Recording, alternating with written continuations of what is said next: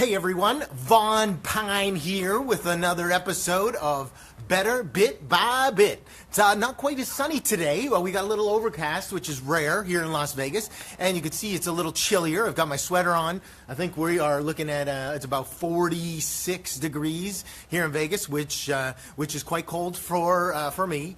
I got to say, since I've moved out here from Canada, my blood has really thinned out. I've become a wimp when it comes to the cold weather. So I am bundled up, but I'm still here delivering some goodness. So the one thing I wanted to talk about today is how to make decisions like a boss. Like if you're like anything like most of us, like me, sometimes we worry about making the right decision, right? Should I do this? Should I start this new job? Should I do this?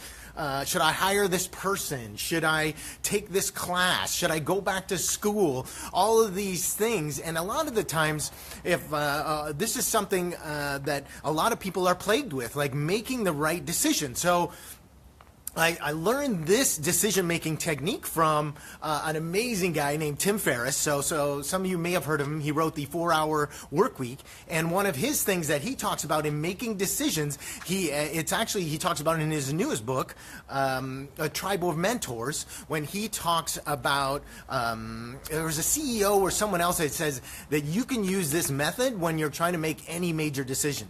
So typically we've heard of things like when people ask you to scale or rate things from 1 to 10, right? And you know the higher number is obviously it's something positive you want to do with. But he said there's a little trick to that. So whenever you want to make a decision like prioritizing projects, right? That's a big one, right? What do I do first, or what resonates when you're trying to knock off things? Your to-do list. It could be on any one of these things. If you start to rate them from 1 out of 10, but the trick is to remove the number 7. So in terms of importance, 7 is one of the most common numbers that everybody uses. And I've done this with polls with a lot of people that I've taught when I've asked them to rate something, whether it's a training or get their opinion on surveys, right? 1 to 10, 7 is that safe zone. It's kind of like this non-committal zone. It's not wonderful, but it's not terrible either. It's passable. And some people might even use 7 when they don't want to hurt someone's feeling.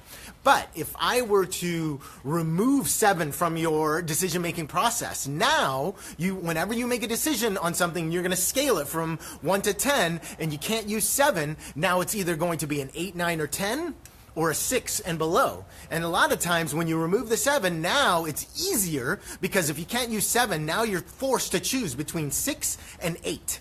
And now when you say 6 on a decision, well, you've pretty much made up your mind in most cases. If it's a 6, that's barely passing. Why would I do that? Boom, you can move it either down the list of priorities, or you could stop thinking about it altogether. If it's an 8, now you know, I'd rate that an 8. Now you know to invest some time or to make that decision. So this has kind of revolutionized when Tim Ferriss talked about it, his decision-making process. And I thought it was an amazing thing that I've started to adopt now on any decisions that I deem need some sort of contemplation. Right? So hope that helps, guys. Try it in your next decision-making process. Remember, all you do is that if you're going to, should I do this, or should I move forward with this project, or how should I prioritize these things? Let me rate this from 1 to 10 and take 7 out. A lot of that times it will help bring more clarity in the decision you're going to make. So again, guys, thanks for stopping by. Oh, I saw Austin say, what if your favorite number is 7?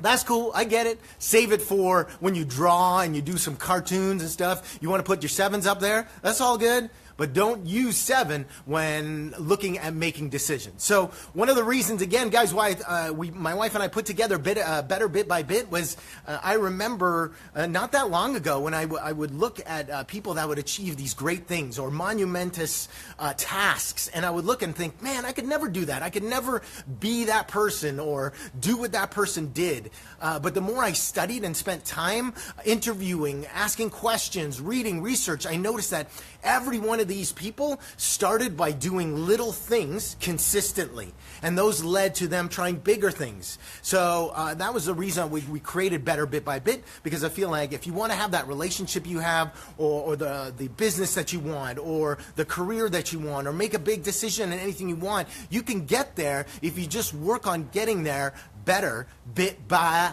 bit. Oh, just to remind you, these videos I do upload to YouTube, so I think we've got close to 20 now. If you want to check them out, you can go to my YouTube page, which is Better Bit by Bit, so you can search that in YouTube. Also, you can join my Facebook group, which is facebook.com/groups/Better Bit by Bit. So thanks for tuning in, guys, and hope to hear from you. I'd love to hear topics, any other things you want to hear. Like, share, comment, and I hope removing 7 in this particular instance will help you with your decision making.